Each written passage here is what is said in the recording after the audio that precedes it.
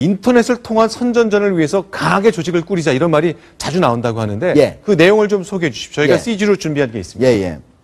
이석기 의원이 네. 가장 이제 그 문제가 됐던 게 5월 12일 휴의합인데요. 네. 그 전에 5월 1일 날에 네. 마리스타 수도원에서 아로 조직원들을 상대로 네. 정세 강연을 하면서 저 얘기를 했습니다. 네. 저 얘기가 뭐냐. CMP 그룹이라고 하는 거는요.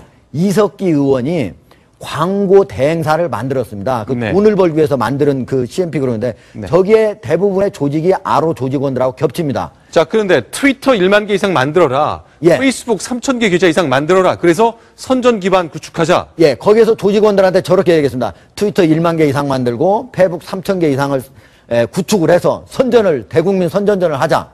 그리고 그때 2번 보니까요. 예. 주간별로 글쓰기 조직화를 한다? 예. 또 무슨 얘기입니까? 저게 뭐냐면요. 인터넷에 네. 자기들의 주장을 아주 논리적으로 잘 국민들이 이해도 쉽고 네. 또 일반 국민들이 봤을 때도 네. 매우 요령 있게 알아들을 수 있는 그런 것들을 하기 위해서 글쓰기 조직화를 하자는 겁니다. 네. 예. 자, 그런데 이렇게 글쓰기 훈련을 받은 사람이 상부로부터 댓글 달아, 글 올려 하고 지침을 받으면 바로 4시간 안에 반드시 집행을 하고 나한테 그걸 했다는 걸 보고를 하라는 얘기 있고요. 네. 그리고 그 다음에 그 어느 정도까지 댓글을 몇 개를 달으라 하면은 네. 그거를 못단 사람들은 주말에까지도 추가로 일을 해서 반드시 달도록 이렇게 했습니다. 자, 4시간 이내에 글을 쓴 뒤 보고하라는 건 신문 기자들이 저 데스크에 지시를 받고 기사를 쓰는 것 같은 건데 바로 정당 조직 내에 댓글 달기, 제대로 써, 올려, 보고해 이런 조직이 있었다는 얘기네요. 저게 그러니까 일반 우리 정당 조직에서는 저렇게 절대로 그 지시할 수가 없잖아요. 그렇죠. 저 조직이 얼마나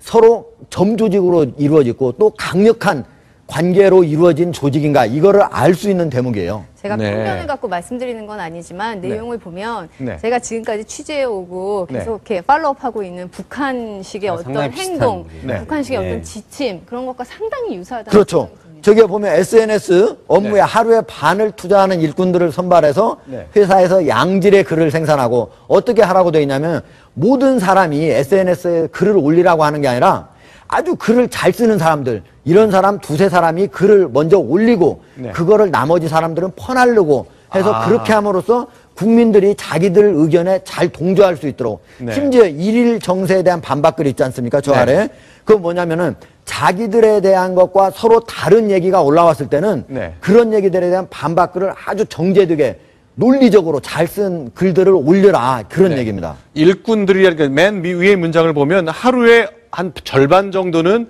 이렇게 글 쓰는 업무에 투자해라. 그런 사람들이 있다는 얘기네요.